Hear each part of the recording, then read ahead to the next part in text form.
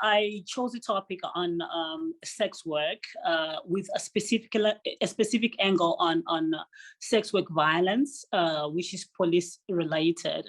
And apparently over the years, sex workers have suffered violence in the hands of police, and sometimes maybe it's extended to rape and even sometimes murder in some instances. So in this instance, I chose to do a story focusing on sex work and violence, which is apparently continuing like even today.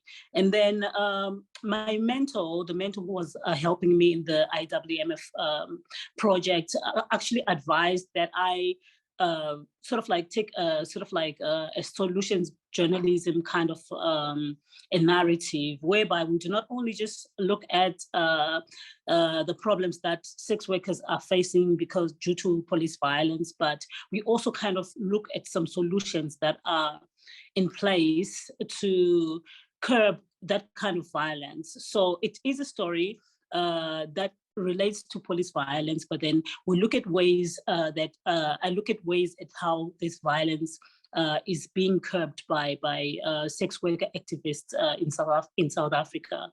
Like, considering that sexual violence is the topic of late. I mean, we have issues about gender-based violence. We see them in the news and stuff. I just thought that it was a topic that deserved to be explored. Like, it's a different level, rather. Yes, it has, because all along I can say that if looking at the reports that I've done previously, I was mainly focusing on the problems, not really considering the solutions. So the IWMF Gender Justice Programme introduced a topic on solutions journalism, whereby they encouraged us to do stories which are more solution-based than just looking at problems. So I can say that the way that I approached the story had so much to do with the topic that we learned during the training on what you call it, solutions-based journalism. Time management, number one, and I can say number two, government institutions tend to be difficult sometimes. Number three, I was interviewing sex workers, sex worker organizations, in which some people are actually even afraid sometimes to comment because they fear victimization by the police. So basically, I can say those were the challenges that I faced.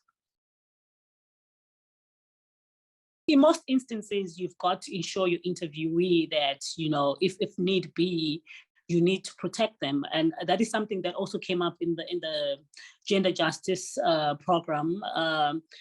If there is need for you to protect your source, then you need to do that. I would like to just say thank you to IWMF and Frey College for helping us through this project, because I can say initially when I started out the gender justice program, I knew little about the rights of, let me say, maybe people from the LGBTQI communities, about gender rights, gender justice, and things like that. So this project would not have been possible without IWMF. So I'd like to just say a special thank you to them.